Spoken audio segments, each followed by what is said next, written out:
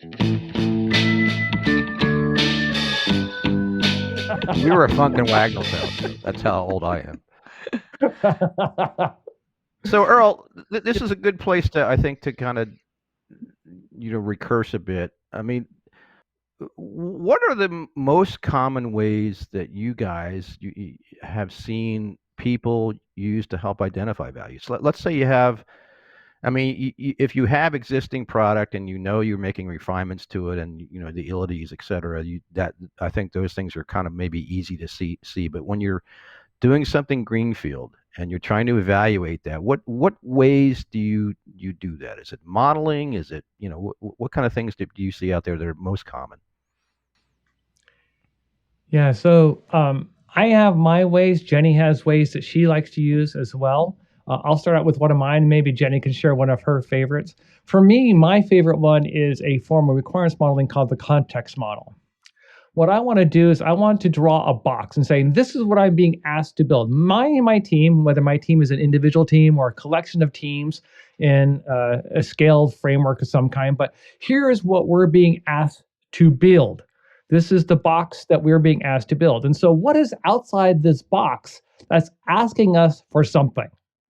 I'm working with a large company right now in the entertainment space, and there's like, okay, they're drawing the box, and we identify the things on the outside that interact with the box, and say, I asked the box for this, it gives me this back. I asked the box for this, it gives me this back. Time happens, and the box gives this other thing. And so these are the jobs, the utilitarian value propositions. And then we have to figure out how well we have to do them. And as we rebuild the system, this is one of those next gen systems kind of things, right? I'm kind of coaching them. Okay, let's find one job and do that job better. Let's find this next job, make sure we understand that job and do that job better than the previous alternatives could do it. So I like to start with this thing called the context diagram. It has a box. Outside the box are the things that interact with you. They could be humans. They could be other systems.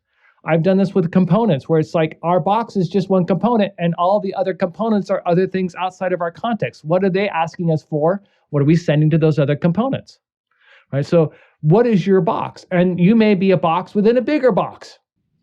That happens, and it's nice to know that too. So that's what I start often with. Jenny, you were nodding your head. You might do context diagrams, but you also have other things you like to use.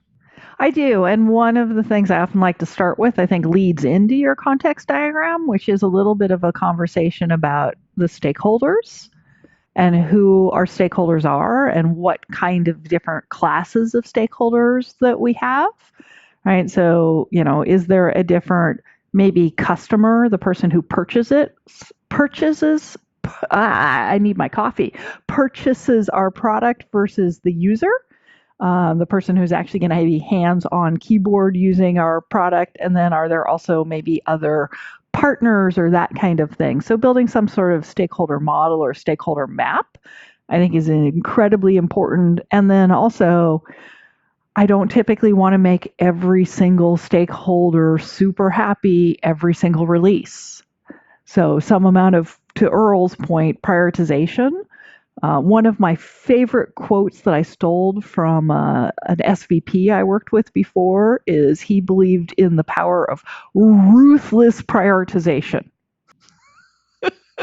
Right. And I think Sounds like fun. Well, one of the great product management saying is that for any given function, right, when you have multiple classes, stakeholder classes using it, you can make one stakeholder class happy, the rest you try not to make upset. Yep. Because if you try to make them all equally happy, you get mush, and no one likes it very much because there's conflict. I will say, oh, sorry, go ahead, Earl. I will say one of the things now. See, we're going to step all over each other. Yeah. I'm going to have to edit this out really strongly, or they'll put it up in the blooper reel. Go ahead, Jenny. I'm going to shut up now. I will say one of the things that I really love now.